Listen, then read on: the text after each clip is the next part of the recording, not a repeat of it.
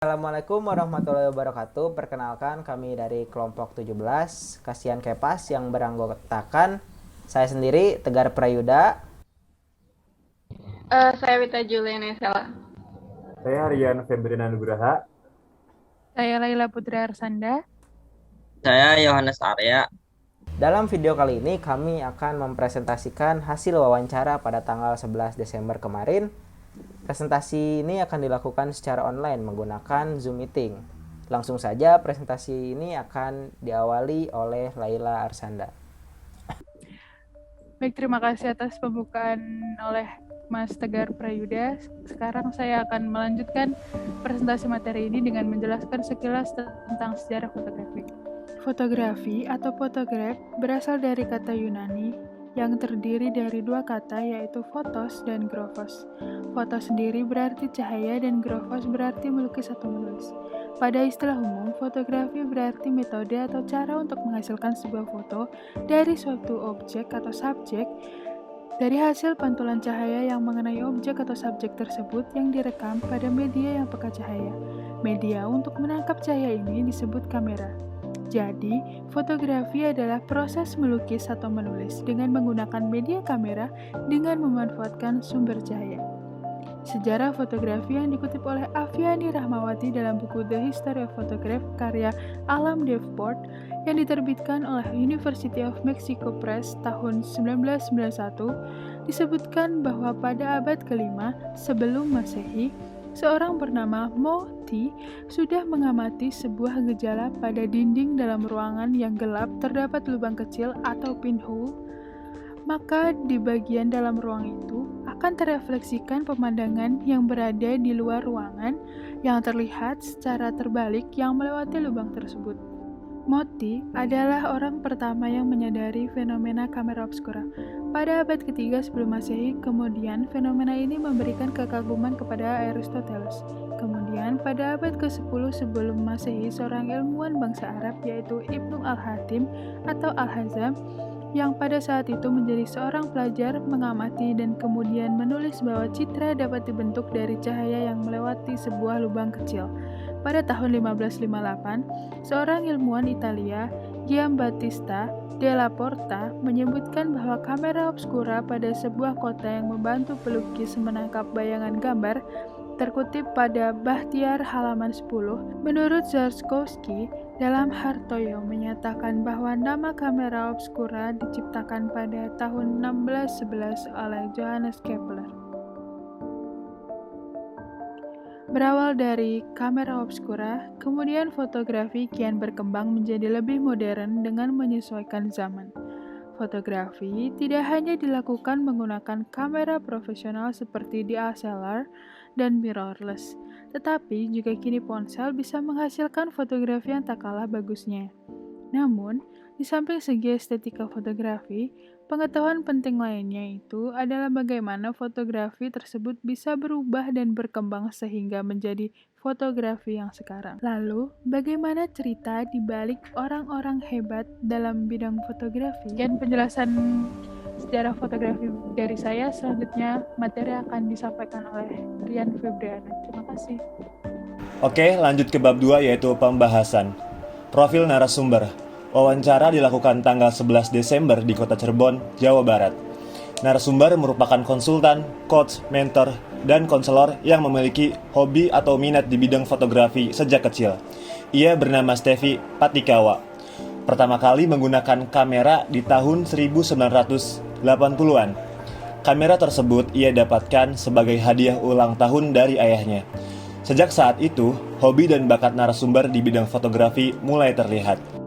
Mengawali karir fotografi menggunakan kamera analog dan kamera pocket bermerek Kodak. Kamera tersebut memiliki flash berbentuk kotak yang hanya bisa dipakai 4 kali jepretan. Semenjak narasumber mendapatkan kamera pertamanya, setiap acara keluarga ia memotret keluarganya untuk mengabadikan momen. Awal karir. Awal mula terjun di dunia fotografi karena alasan kepepet. Narasumber memiliki hobi berfoto. Kemudian salah satu temannya menyadari bakat dari narasumber dan mengajaknya untuk memotret momen sakral pernikahannya. Acara pernikahan temannya merupakan job foto pertama yang dilakukan narasumber dan menghasilkan uang. Dimulai dari minimnya budget pernikahan, membuat teman narasumber merekrut narasumber untuk menjadi fotografer pernikahannya. Tapi karena narasumber sudah paham komposisi fotografi, sehingga hasil foto yang dibidik bagus. Momen pertama narasumber memotret pernikahan masih menggunakan kamera analog. Penjelasan selanjutnya akan dilanjutkan oleh Tegar. Ya, terima kasih Rian Febriana. Kali ini akan dilanjut oleh saya, yaitu presentasi mengenai pandangan akan pesatnya teknologi kamera.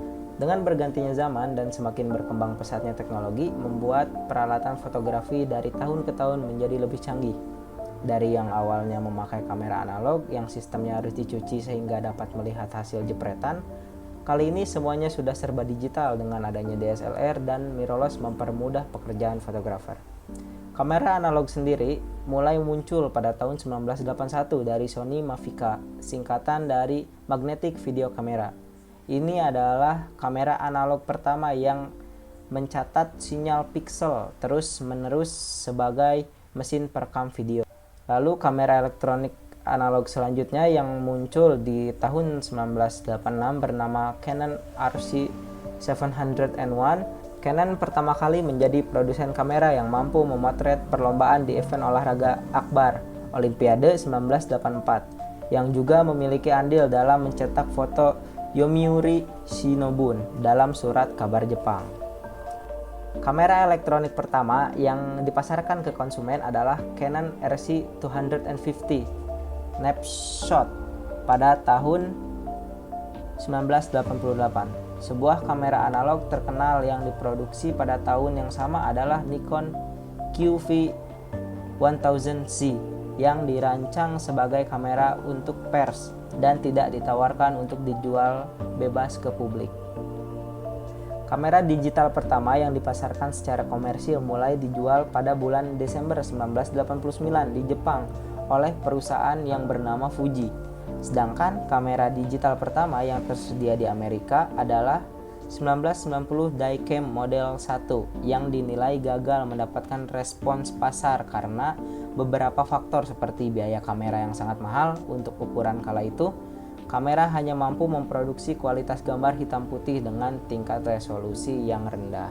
Lihat bagaimana gear kamera semakin berkembang, memang tak bisa dipungkiri bahwa fotografi era tahun 2000-an ke bawah dengan menggunakan kamera analog lebih rumit dan membutuhkan effort lebih untuk menghasilkan suatu gambar. Oleh karena itu, narasumber berpendapat bahwa kemajuan teknologi kamera justru semakin memudahkan para fotografer untuk dan dikarenakan narasumber mulai meniti karir sebagai fotografer kamera analog sehingga fundamental akan fotografinya lebih kuat, menjadikan narasumber sebagai mentor di beberapa ekskul fotografi di daerah Cirebon dan berhasil membuat anak didiknya menjuarai kejuaraan fotografi regional maupun dunia. Sekian presentasi dari saya, dilanjut oleh Wita Juliana. Silahkan. Genre fotografi. Untuk genre fotografi yang digunakan atau yang dipakai oleh narasumber adalah fotografi landscape. Jika berbicara tentang fotografi landscape itu sendiri biasanya menangkap kehadiran alam tetapi juga dapat fokus pada buatan manusia. Tipe foto ini biasanya digunakan pada kalender, kartu pos, dan memorabilia. Sebuah foto landscape yang bagus harus menjalin sebuah hubungan dengan penyimaknya dan menceritakan sebuah kisah. Sebuah foto landscape yang bagus juga akan tetap membuat pelihat tertarik dan menemukan suatu poin penting di dalamnya. Jenis-jenis fotografi landscape ada fotografi representasi, foto landscape impresi, foto landscape abstrak, foto landscape pedesaan, foto laut atau biasa dikenal dengan seascape, fotografi landscape urban atau pemandangan di perkotaan. Dalam pengalamannya, narasumber pernah memotret matahari terbenam selama 1 minggu full di Pulau Tobelo untuk mendapatkan angle dan komposisi yang baik. Pada saat itu, narasumber menghabiskan hampir 4.000 frame dan dari total 4.000 foto itu, narasumber hanya diharuskan memilih satu foto terbaik. Satu foto terbaik itu narasumber kirimkan ke kontes fotografi di Turki dan berhasil menyabet juara 1 dalam acara National Geographic Landscape. Lalu dalam petualangannya mencari foto matahari terbenam dalam 1 minggu itu, narasumber berhasil mendapatkan berbagai jenis foto dengan kondisi alam dan pencahayaan yang berbeda. Yang lebih hebatnya, pada saat foto itu narasumber mendapatkan satu foto lembayung dengan hanya menggunakan lensa bawaan yaitu lensa kit. Sekian dari saya, selanjutnya Arya. Fotografi bagi narasumber.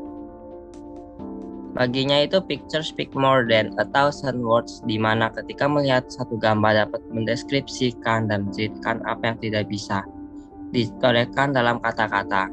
Narasumber juga berpendapat bahwa gear apapun yang dipakai tidak menjadi tolak ukur bagaimana kualitas foto yang dihasilkan akan jauh lebih bagus. Tapi siapa dan bagaimana orang yang memotret itu jauh lebih penting. Terus ini wawancara waktu itu di rumah Kak Stevi. Dan akhirnya di penutup, fotografi tidak hanya sekedar memotret saja, tapi di balik itu banyak entitas-entitas menarik lainnya yang sangat bermanfaat jika dipelajari. Mulai dari bagaimana fotografi itu berkembang dari zaman ke zaman.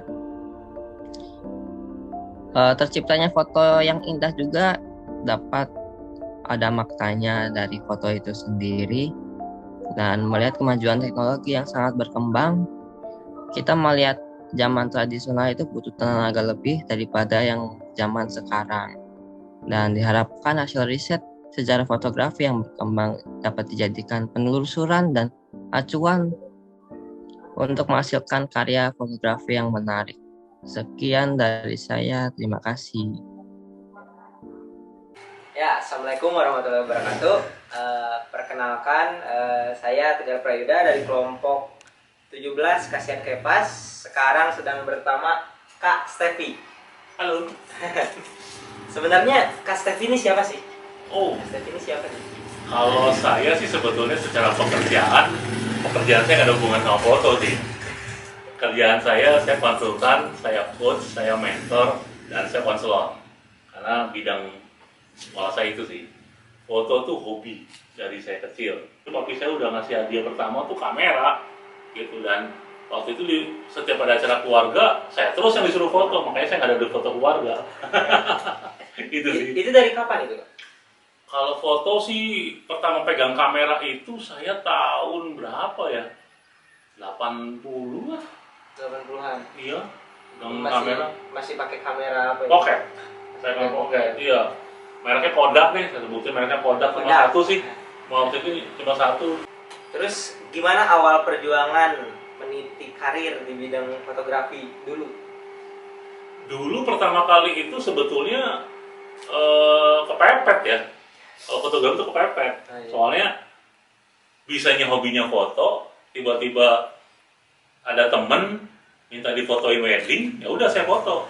Dan akhirnya menjadi penghasilan dasar. Iya, itu pertama kali tuh. Teman saya wedding, kebetulan dia kerja di bank, suami calonnya juga kerja di bank, terus mereka punya uang pas-pasan, terus dia bilang, ini gue fotoin deh, gue fotoin. Pas gue fotoin, karena memang saya hobinya foto, jadi angle-nya udah bagus, apa segala macam, tinggal saya lihat referensi aja di buku-buku wedding gitu kan, oh begini. Dan hasilnya malah bagus banget gitu. Dan itu pertama kali klien saya yang membuat saya akhirnya terjun ke wedding fotografi. Itu kan waktu wedding udah rada digital lah dikit-dikitnya. Enggak, masih analog. Masih analog gitu? Ya, analog. Nah, kalau buat saya, karena saya belajar dari analog, maka kekuatan fundamental basic fotografinya kuat banget. Makanya saya ngajar jadi guru fotografi di beberapa eskul di sekolah. Dan ya nggak jelek-jelek amat sih, beberapa sekolah yang saya pegang, rata-rata mereka muridnya juara lah. Dan juara 1 nasional gitu loh. Ada yang pernah juara 1 setingkat Asia, waktu itu dia ada mading, dia fotografer jurnalistik dan dia masuk di eskul saya, dikirim ke Singapura dan dia juara. Oh gitu ya. Dalam setiap fotografer nih punya gaya tersendiri. Kalau Kak Stevi sendiri gayanya kayak gimana nih? Apakah suka potret atau landscape? Oh, landscape. Karena saya pernah sekolah di New York Lincoln School di Amerika, ngambilnya landscape. Landscape fotografi. Iya, landscape itu buat saya kedamaian sih. Kedamaian, Iya. bagaimana itu? Karena kalau landscape tuh fotografer buat saya yang peace banget. Jadi hobi saya foto landscape. Gitu. Saya pernah waktu itu berkali-kali motret matahari pagi di satu pulau Halmera Utara di Tobelo, yang itu saya foto hampir 1 minggu. Total film itu udah pakai digital. Udah pakai digital? Ya, udah digital. Waktu itu saya masih udah pakai digital, itu hampir 4.000 frame saya foto. 4.000 frame? Iya. Dalam satu malam? Enggak, dalam satu minggu. Iya. Dan saya mesti milih satu foto terbaik. Tapi puji Tuhan, foto itu juara 1 di Turki. Juara 1 di Iya, Turki. National Geographic Landscaper. Itu juara 1 dari Turki. Tapi ya seminggu 4.000 foto, tiap hari ngeliat. Ya. Tapi hasilnya kan lumayan. Yang penting saya ngukur banget, ini speednya berapa, diafragmanya berapa, deep field-nya berapa, pakainya apa, saya ngukur banget. Ini udah terlalu lama bertanyanya, ini udah panjang banget gitu. Langsung aja ke pertanyaan terakhir aja. Apa tuh? Pesan Kak Stevi nih untuk kita mahasiswa fotografi di Yogyakarta, ada pesannya? Saya sih suka banget karena dulu saya saya penghobi foto banget gitu. Saya mencintai sekali. Saya boleh katakan cinta mati lah sama fotografi. Mati. Iya, saya suka banget. Buat saya picture speak more than 1,000 words buat saya. Gitu. Gambar itu berbicara lebih dari 1.000 kata. Gitu. Buat saya. Jadi pada saat kita lihat foto itu penting, dan kalau sekarang jadi saya kaget banget tuh sampai ada sekolah foto yang resmi dan banyak orang yang belajar foto. Buat saya senang. Jadi banyak tahun-tahun ke depan banyak fotografer yang handal dari Indonesia. Saya pikir bahwa fotografi keren banget lah. Dan pesan saya buat mahasiswa, cintai dulu aja. Siap. Dan nggak penting sama alat, sorry. Alat bukan segala-galanya. Tapi main behind the gun yang penting. Main behind the Ya, gun. asal orangnya. Jadi alat sederhana sekalipun di tangan yang hebat itu kan jauh lebih biasa. Koki yang terbaik itu bukan peralatan yang jago, tapi memang skill kokinya jago. Ya. Jadi kalau menjadi fotografer yang jago adalah asas skillmu, dan nggak usah bertanding dengan orang lain, bertanding dengan dirimu gitu. Jangan pernah puas dengan hasilmu, tapi tingkatkan terus. Betul. Berarti yang utama itu skill, bukan gear. Yang utama itu skill. Knowledge juga penting, pengetahuan itu Iya. penting, knowledge-nya penting. Itu yang penting. Dan yang saya sih bilang yang terpenting adalah attitude di fotografer itu sendiri. Karena sekarang banyak fotografer yang buat saya nggak tahu attitude. Seperti itu. Ya, sekian aja kali ya. Kak Stef. Ya. Maaf banget kalau kepanjangan, Oh, kelamaan. enggak, thank you malah. Thank you sudah dikunjungi Iya, sama saya juga fotografer yang thank you. hebat-hebat. Aduh, amin. Mungkin sekian dari kelompok kami. Saya Tegar, di belakang kamera ada Rian dan Arya. Yang lagi online ada Wita dengan Laila. Mungkin sekian aja. Mohon maaf bila banyak kesalahan. Wassalamualaikum warahmatullahi wabarakatuh. Waalaikumsalam.